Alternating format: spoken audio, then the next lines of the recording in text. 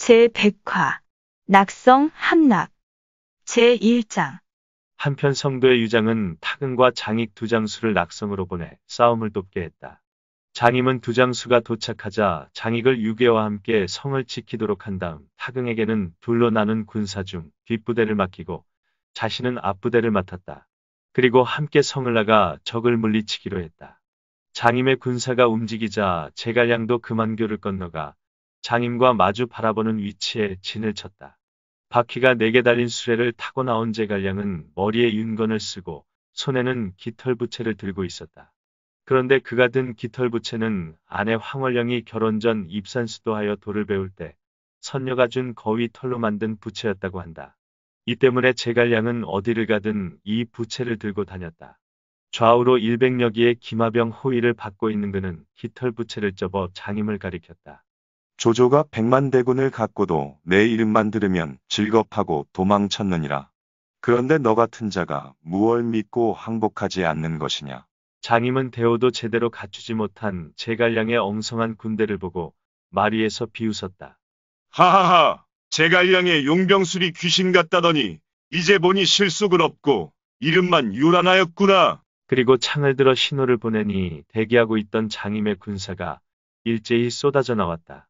이에 제갈량은 수레를 버리고 말로 갈아타더니 다리를 건너 달아나기 시작했다. 이걸 본 장임이 그 뒤를 쫓았으나 금안교를 건너자 왼쪽에서는 유비의 군사가 오른쪽에서는 엄한의 군사가 달려들었다. 장임은 계략에 빠졌음을 알고 급히 군사를 돌리려고 했다. 그러나 다리는 이미 끊겨 있었다. 북쪽으로 달아나려 했으나 조은의 군사가 건너편 기슭에 대형을 벌리고 있어 감히 그쪽으로 갈 수도 없었다. 이에 남쪽으로 달아났다. 강을 따라 5, 6리쯤 달리니 갈대가 우거진 벌판이 나왔다.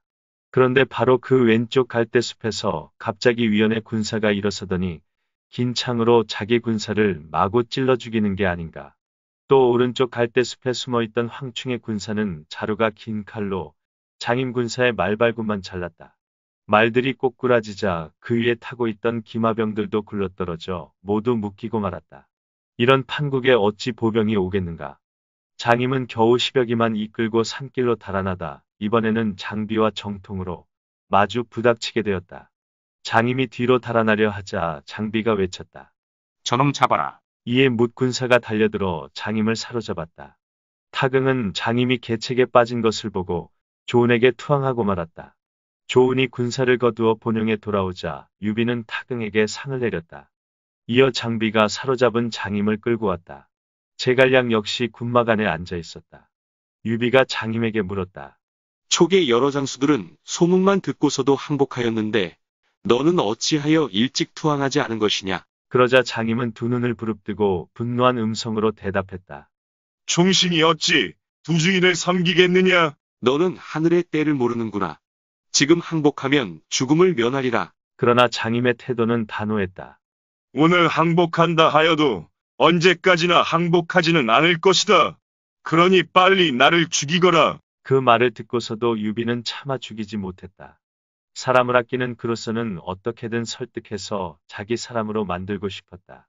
그러나 장임은 소리 높여 욕설을 퍼부을 뿐 조금도 항복할 기색을 보이지 않았다. 이에 제갈량이 그의 목을 베어 이름을 온전히 해주자고 했다. 그런 장임을 두고 뒷사람은 이렇게 읊었다. 열사 어찌 기꺼이 두 주인을 따르랴. 충용했던 장임은 죽음도 삼같았네. 높고 밝음 저기 하늘에 뜬 달처럼 밤마다 빛을 뿌려 낙성을 비추노나. 유비는 장임의 굳건한 절개에 감탄에 마지 않았다. 이에 그의 시신을 거두어 금안교 곁에 묻어줌으로써 주군을 향한 그의 충성심이 드러나게 해주었다. 다음날 엄한 오이를 비롯해 항복한 촉의 장수들을 선봉대로 삼아 낙성으로 진군했다. 성 밑에 이르자 엄한이 큰 소리로 외쳤다. 어서 성문을 열고 항복하라.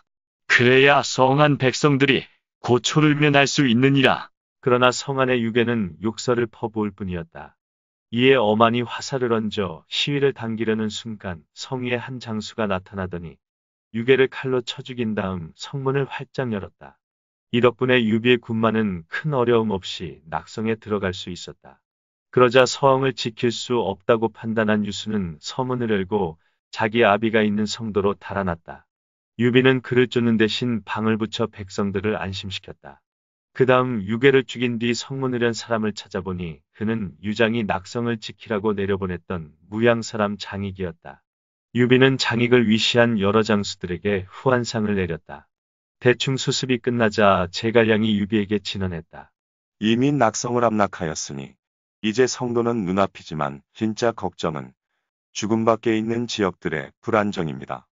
따라서 장익과 오이에게 조언을 안 내도록 하여 외수의 강양, 건희 일대를 어루만지게 하십시오. 또 어망과 타긍에게 장비를 안 내도록 하여 하서, 덕양 일대를 어루만지게 하십시오. 이렇게 하여 적합한 지방관리들을 뽑고 치안을 안정시킨 뒤 곧 군사를 정돈하여 성도로 모두 모이도록 하십시오. 이에 유비는 장비와 조은을 지방으로 파견했다. 군사들이 떠난 뒤 제갈량이 물었다. 앞으로 어떤 관문이 남아있는가? 그러자 항복한 축의 장수가 대답했다. 면주관이 있는데 지키는 군사가 꽤 많습니다. 이 면주관만 얻으면 성도를 얻는 것은 식은 죽 먹기입니다. 그 말을 들은 제갈량은 즉시 진격할 일을 상의했다. 그러자 법정이 나섰다. 낙성이 깨졌으니 서천은 이미 위험한 상황에 빠진 셈입니다. 주공께서 인의로 서천 백성들을 복종시키고자 하신다면 잠시 진격을 멈추십시오. 제가 서찰을 한 통 써서 유장에게 올리겠습니다. 어떻게 하는 것이 이롭고 어떻게 하는 것이 해로운가를 잘 말씀드리면 유장은 자연 항복하게 될 것입니다. 효직의 말씀이 타당합니다. 제갈량은 효직 법정에게 서찰을 쓰게 한 뒤 이를 전달할 사자를 성도로 보냈다. 제2장. 한편 성도로 도망쳐온 유수는 아버지를 뵙고 말했다. 낙성은 이미 함락되었습니다. 이에 놀란 유장은 급히 관리들을 불러 대책을 논의했다. 종사 정탁이 계책을 내놓았다. 지금 유비가 우리 성을 공격하여 땅을 빼앗았다고는 하나 군사가 많은 것도 아니고 선비와 백성들이 그를 따르는 것도 아닙니다. 들녘에 있는 곡식에 의지하고 있을 뿐 군중에는 군량도 없습니다. 그러니 파서와 제동 일대의 백성들을 모두 부수 서쪽으로 옮기시고 그곳 창고에 있는 곡식과 들녘에 있는 곡식을 모두 불살라버리십시오. 그 다음 도랑을 깊이 파고 보루를 높이 쌓고 가만히 앉아 기다리시죠. 그들이 와서 싸움을 걸어도 일절 응하지 않으면 오래전에 물자가 떨어져 100일이 지나기 전 그들은 제 풀에 물러갈 것입니다. 그때를 틈타 들이친다면 유비를 잡을 수 있을 것입니다. 탁월한 계책이었으나 어리석은 유장은 들으려 하지 않았다. 그렇지 않다. 적을 막아 백성을 편안케 한다는 말은 들었어도 백성들을 이동시켜 적을 대비한다는 말은 듣지 못하였으니 이는 나라를 보존할 수 있는 계책이 아니다. 이렇게 대책을 둘러싼 논의가 한창일 때 법정에 서찰이 도착했다는 보고가 들어왔다. 유장은 서찰을 갖고 온 사자를 불러들였다. 그리고 사자가 바친 서찰을 읽어보니 그 내용은 다음과 같았다. 지난날 제가 명을 받들어 파견된 후 형주와 우호관계를 맺었습니다만 뜻밖의 주공 옆에 올바른 사람이 없어 일이 이 지경에 이르고 말았습니다. 지금도 형주께선 옛정을 그리워하고 족친간의 우의도 잊지 못하고 계십니다. 주공께서 불현듯 깨달아 귀순하신다면 박대하지 않으실 것입니다. 거듭 생각하시고 가부간의 결단을 알려주시기 바랍니다. 유장은 크게 노해 법정의 서찰을 북북 찢어버렸다. 그리고 큰 소리로 욕을 퍼부었다. 법정 이놈. 주인을 팔아 제 한 몸의 영화를 구한 배은망덕한 놈. 이놈이 지금 내게 몰아치거린 것이냐? 그리고는 사자를 성 밖으로 내쫓은 뒤 천안 비관에게 군사를 이끌고 가 면주관을 지키라는 영을 내렸다. 비관은 출발에 앞서 남양 출신으로 자를 정방이라 하는 이엄을 부장으로 추천했다. 유장이 허락하자 비관은 이엄과 함께 3만 군사를 이끌고 면주관으로 떠나게 되었다. 이때 입주태수는 동화라는 사람이었다. 남군 지강현 사람인데 자를 유죄라 했다. 그가 한중으로 사자를 보내 군사를 빌리도록 하는 것이 어떻겠느냐는 서찰을 유장에게 올렸다. 이에 유장이 동화를 불러들여 물었다. 장로는 나와 대대로 원수지간인데 어찌 나를 도우려 하겠는가? 그가 우리와 원수지간이라 하여도 유비의 군사가 낙성까지 들어와 있어 정세가 매우 위급합니다. 입술이 없으면 이가 시린 법입니다. 우리가 망하면 그들도 성치 못할 터이니 이에 득실을 따져 설득하면 반드시 우리 말을 따를 것입니다. 듣고 보니 그랬다. 이에 유장은 서찰을 한 통 써서 한중으로 사자를 보냈다. 그런데 이 서찰이 전국에 한쪽 열쇠를 쥐고 있던 의외의 인물을 끌어들이게 되니 그가 바로 마초였다. 제3장. 당초 조조와의 싸움에서 패한 마초는 강족당으로 들어가 두해를 지내면서 강족들과 다시 손잡은 뒤 금일의 감숙성인 농서의 고을들을 치기 시작했다. 그가 이르는 고을마다 항복하지 않는 자가 없었다. 다만 기성만은 아무리 공격해도 함락할 수가 없었다. 기성을 지키고 있던 양주자사 위강은 하후연에게 여러 번 사람을 보내 구원을 요청했다. 그러나 하후연은 조조의 승낙을 얻지 못해 군사를 함부로 움직이지 못하고 있었다. 기다리다 지친 위강은 수하들과 상의했다. 이리 되면 아무래도 마초에게 투항하는 수밖에 없겠소. 그러자 참군 양부가 울며 간했다. 마초는 반역 도당인데 어찌 그에게 항복한단 말씀입니까? 하지만 일이 이 지경에 이르렀는데 항복하지 않으면 무슨 다른 수가 있단 말이냐? 그러면서 양부의 거듭된 간청에도 성문을 활짝 열어 마초에게 항복하고 말았다. 이렇게 자진 항복하면 후한 대접을 받으리라 기대했으나 성 안에 들어온 마초는 도리어 위강을 크게 꾸짖었다. 내 놈은 일이 다급해지니 항복하였을 뿐 진심이 아니다. 그리고는 위강과 그의 식솔 40여 명을 잡아다가 모조리 목베어 죽이고 한 사람도 남겨두지 않았다. 이를 보고 어떤 사람이 마초에게 고자질했다.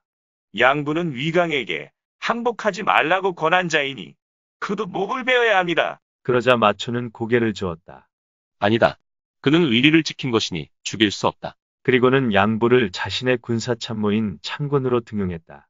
이를 받아들인 양부는 양관과 조고를 추천했다. 마초는 그들을 둘 다 군관으로 삼았다. 그러던 어느 날 양부가 마초에게 고했다. 제 아내가 인조에서 죽었습니다.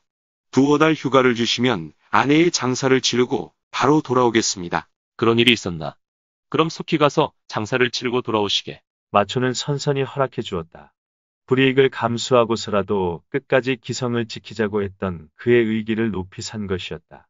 고향으로 떠난 양부는 역성을 지나가다가 무의장군 강서의 집에 들렀다. 강서는 그와 고종사촌지간이었고 강서의 어머니는 그의 고모였는데 이때 그녀의 나이는 82세였다. 양부는 강서의 집 안채로 들어가서 고모에게 절을 올린 뒤 울며 말했다. 저는 성을 지키지도 못하였고 주인을 따라 죽지도 못하였습니다. 부끄러워 고모를 뵐 면목이 없습니다. 마초는 임금을 거역하고 멋대로 태수를 죽인 자라 이 지역 선비와 백성들 가운데 원망하지 않는 사람이 없습니다. 지금 형님께선 역성에 자리 잡고 계시면서 역적을 토벌할 생각은 전혀 하시지 않고 있으니 어찌 신하된 자의 도리라 하겠습니까? 말을 마치자 양부는 피눈물을 흘렸다. 이 말을 들은 강서의 어머니는 즉시 강서를 불러 꾸짖었다. 위사군이 해를 입은 것도 내 죄다. 그리고 양부에게도 한마디 했다. 너는 이미 마초에게 항복하여 그 녹을 먹고 있으면서 어찌 그를 칠 생각을 하게 되었느냐. 고모님, 제가 역적을 따른 것은 목숨을 부지하고 있다가 주인의 원수를 갚기 위해서입니다. 양부의 말에 강서는 그때까지 자기가 움직이지 않았던 까닭을 밝혔다. 마초는 영특하고 용맹한 인물이니 그를 시도모하기는 어려울 것이다. 형님, 그런 것만은 아닙니다. 그래? 예, 마초는 용맹하지만 꾀가 없으니 오히려 도모하기가 쉽습니다. 내가 이미 양관 조구와 약속해두었으니 형님이 군사를 일으킨다면 두 사람은 틀림없이 내응할 것입니다. 양부의 말을 들은 강서의 어머니가 아들을 재촉했다. 내가 서둘지 않으면 어느 때를 기다린단 말이냐. 죽지 않는 사람이 어디 있느냐. 충의를 위하여 죽는다면 마땅히 죽을 자리에서 죽는 것이다. 나 때문에 걱정하지 마라. 내가 아우의 말을 듣지 않는다면 내가 먼저 죽어 내 걱정을 덜어주마. 노모가 그렇게까지 말하니 강서도 마음을 굳히고 그날로 통병교의 윤복 및 조항을 불러 마초 공략의 일을 의논했다. 그런데 조항의 아들 조월은 마초 밑에서 비장으로 일하고 있었다. 그날 조항은 강서가 불러 마초를 치기로 응낙했지만 집에 돌아와서는 아내 왕씨에게 이렇게 한탄했다. 나는 오늘 강서, 양부, 윤봉과 함께 위강의 원수를 갚자는 의논을 하였소. 하지만 우리 아들 월이 지금 마초를 따라다니고 있는데 만일 군사를 일으킨다면 마초는 반드시 우리 애를 먼저 죽일 것이니 이를 어찌하면 좋겠소. 그 말을 듣고 있던 아내 왕씨가 소리 높여 말했다. 주군의 치욕을 갚는 일이니 죽어도 애석할 게 없지요. 하물며 자식이야 더 말할 게 뭐 있어요? 아들 때문에 당신이 가지 않겠다면 제가 먼저 죽어드리지요. 아내의 씩씩한 말에 감명을 받은 조왕은 마침내 결단을 내리고 이튿날 동지들과 함께 군사를 일으켰다. 이후 강서와 양부는 역성에 주둔하고 윤봉과 조왕은 기산에 주둔하기로 했다. 조왕의 아내 왕씨는 자신의 머리 장식과 비단 옷가지들을 싸가지고 남편의 군사가 주둔하고 있는 기산으로 찾아가 군사들을 위로하고 무리를 격려했다. 제4장. 한편 마초는 강서와 양부가 윤봉 조왕과 손잡고 군사를 일으켰다는 보고를 받자 크게 노했다. 즉시 조왕의 아들 조어를 목베어 죽이고 방덕과 마대에게 군마를 일으키게 하여 역성으로 쳐들어갔다. 이에 강서와 양부도 군사를 이끌고 나갔다. 양군이 서로 마주 바라보는 지점에 진을 치자 양부와 강서는 죽은 위강의 죽음을 애도하기 위해 흰 전포를 입고 나와 마초를 꾸짖었다. 임금을 배반한 의리 없는 역적놈아. 무예야. 크게 노한 마초는 곧바로 군사를 이끌고 쳐들어갔다. 양군이 어우러져 혼전을 벌였지만 강서와 양부가 어찌 마초의 적수가 될 수 있었겠는가. 크게 패에 달아나니 마초는 군사를 휘몰아 그 뒤를 쫓았다. 그때 갑자기 뒤쪽에서 함성이 일더니 윤봉과 조왕이 군사를 이끌고 들이닥쳤다. 마초가 급히 돌아서자 앞에서 달아나던 강서와 양부가 역공해왔다. 앞뒤로 협공을 당한 마초의 군사는 머리와 꼬리가 서로 지원할 수 없게 되었다. 한창 싸우고 있는데 대규모 군마가 측면으로 쳐들어왔다. 알고 보니 하후연이 조조의 군령을 얻어 마초를 치려고 군사를 이끌고 오던 참이었다. 아무리 용맹한 마초라도 어찌 세길로 달려드는 군마를 당해낼 수 있겠는가. 크게 패에 달아날 수밖에 없었다. 하룻밤을 꼬박 달려 해가 뜰 무렵에야 겨우 기성에 도착했다. 성문을 열라. 그러나 성문은 열리지 않고 난데없는 화살이 빗발치듯 쏟아졌다. 무슨 짓이냐? 나 마초가 왔느니라. 마초가 외치자 양관과 조구가 성루의 얼굴을 비추더니 마초를 크게 꾸짖었다. 마초야, 내 놈이 여기가 어디라고 찾아왔느냐? 하늘을 대신하여 벌을 내릴 터이니 똑똑히 보아두거라. 그리고는 마초의 아내 양씨를 끌고 나와 목을 베더니 그 시신과 머리를 동시에 성 밑으로 떨어뜨렸다. 뒤이어 마초의 어린 새아들과 가까운 친척 10여 명을 끌고 나와 하나씩 목을 벤 뒤 그 머리와 시신을 성 밑으로 떨어뜨렸다. 이를 본 마초는 너무도 치가 떨리고 가슴이 막혀 말에서 굴러떨어질 뻔했다. 쏟아지는 눈물이 앞을 가리는 가운데 설상가상으로 하후연이 군사를 이끌고 등 뒤로 추격해왔다. 적의 군세가 너무 커 싸울 엄두를 내지 못하고 방덕, 마대와 함께 한 줄기 혈로를 뚫고 달아났다. 그러자 앞쪽에서 강서 양부가 길을 막았었다. 마초는 한바탕 죽기 살기로 적진을 뚫고 지나갔다. 그런데 얼마 못 가 이번에는 윤봉과 조왕이 길을 막아서는 것이었다. 또 한바탕 죽기 살기로 싸움을 벌여야 했다. 그러는 사이 병사들은 뿔뿔이 흩어지고 겨우 5, 60기만 남게 되었다. 마초는 밤새도록 말을 달려 사경해야 역성에 다다랐다. 성문을 열라. 성문을 지키던 군사는 강서의 군사가 돌아온 줄로 착각하고 성문을 활짝 열어주었다. 이에 손쉽게 성 안으로 들어간 마초는 남문에서부터 닥치는 대로 성안 백성들을 잡아 죽이기 시작했다. 양관과 조구가 자신의 처자식과 친척을 성 위에서 목베어 떨어뜨리던 참혹한 모습을 떠올리며 그는 복수의 화신이 되었다. 강서의 집에 이르자 그의 노모를 끌어냈다. 노모는 조금도 두려워하지 않고 마초를 가리키며 큰 소리로 꾸짖었다. 이놈 마초야. 죄 없는 백성을 어찌 도륙하느냐. 천벌이 무섭지도 않느냐. 크게 노한 마초는 칼을 빼서 그녀를 죽였다. 윤봉과 조왕의 전 가족도 늙은이부터 어린아이에 이르기까지 모조리 마초의 손에 죽임을 당했다. 오직 조왕의 아내 왕씨만이 기산 군중에 가 있어 죽임을 면할 수 있었다. 피비린내 나는 복수극이 펼쳐진 다음 날 하후연의 대군이 도착했다. 이에 마초는 성을 버리고 서쪽으로 달아났다. 이 심리를 채 못 갔을 때 앞쪽에 한 무리의 군사가 나타나 길을 가로막았다. 바로 양부가 이끄는 군사였다. 원안에 사무친 마초는 이를 갈며 말을 박차고 달려나갔다. 이에 맞서 양부의 치령제도 일제히 달려들었다. 마대와 방덕이 후군을 막아주는 동안 마초는 양부 치령제를 모조리 창으로 찔러 해치웠다. 그 가운데 양부는 5번이나 창에 찔리면서도 마초의 죽기로 대항했다. 그때 하우연의 원군이 들이닥쳤다. 이를 보고 마초가 달아나기 시작했고 방덕과 마대 등 6, 7기가 그 뒤를 따랐다. 하후연은 달아나는 마초를 쫓지 않았다. 그 대신 농서의 여러 고을들을 순시하며 백성들의 마음을 안정시킨 다음 강서 등에게 그 고을들을 각각 나누어 지키도록 했다. 그런 뒤 부상당한 양부를 수레에 싣고 허더로 돌아가 조조를 뵙게 했다. 조조는 양부의 공을 치하하며 관내 후에 봉했다. 그러자 양부는 사양했다. 저는 외적을 막아낸 공도 없고 또한 나라를 위해 목숨을 바친 절개도 없습니다. 오히려 법대로 한다면 죽음을 받아 마땅할 터인데 무슨 면목으로 벼슬을 받겠습니까? 허허 그거 참. 조조는 그런 양부를 더욱 가상히 여겨 끝내 자기를 수여했다. 한편 하우연에게 쫓긴 마초는 방덕 및 마대와 상의한 끝에 한중의 장로에게 가서 몸을 이탁했다. 장로는 대단히 기뻐했다. 이제 용장 마초를 얻었으니 서쪽으로는 입주를 손에 넣고 동쪽으로는 조조를 막을 수 있겠구나. 그래서 자신의 딸을 주어 마초를 사위로 삼겠다는 생각을 밝히자 대장 양백이 말렸다. 마초의 처자식이 참혹하게 죽은 것은 모두 마초의 성품이 포악하여 남에게 해를 끼쳤기 때문입니다. 그런 마초에게 어찌 귀한 따님을 주려 하십니까? 그 말을 듣자 장로도 섬뜩한 생각이 들었다. 아비로서 딸이 불행해지는 일을 피하고 싶은 것은 인지상정이므로 장로는 마초를 사위로 맞으려던 생각을 바꾸었다. 그런데 누가 양백의 말을 마초에게 귀띔해 주었다. 크게 노한 마초는 양백에 대한 앙심을 품게 되었다. 이를 눈치챈 양백도 형 양손과 상의하며 여차하면 마초를 도모할 생각을 갖게 되었다.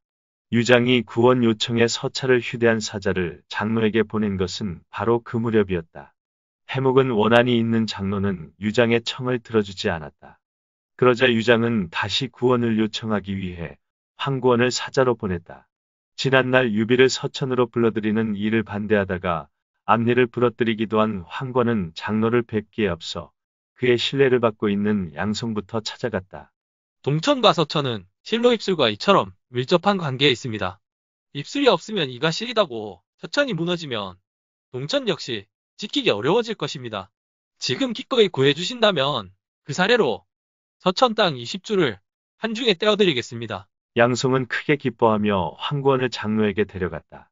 황구원은 같은 논리로 장로를 설득한 다음 한중이 서천을 도와주면 그 사례로 20주를 떼어주겠다는 제안을 내놓았다. 장로는 이 속을 보고 그 제안을 수락했다. 그러자 파사사람 연포가 말렸다. 유장은 주공과 대를 이은 원수입니다. 지금 형세가 다급해지니 구원을 요청하며 땅을 떼어준다는 거짓말을 하고 있으나 그 말에 속으시면 안 됩니다. 그러자 섬돌 아래 있던 사람이 불쑥 앞으로 나섰다. 저는 주공의 은혜를 입었으나 지금까지 보답할 길이 없었습니다. 제가 비록 재주는 없지만 원하옵건대 한 무리의 군사만 빌려주십시오. 그러면 가맹관을 쳐서 유비를 사로잡고 유장에게서 반드시 20주를 얻어가지고 돌아와 주공께 바치겠습니다. 모두 놀란 눈으로 보니 그는 다름 아닌 마초였다. 읽어주는 고품격 삼국지는 다음 화도 계속됩니다. 이번 이야기를 재미있게 읽으셨다면 좋아요와 구독을 눌러주세요. 그리고 작품을 해설하는 프롤로그도 꼭 읽어주세요.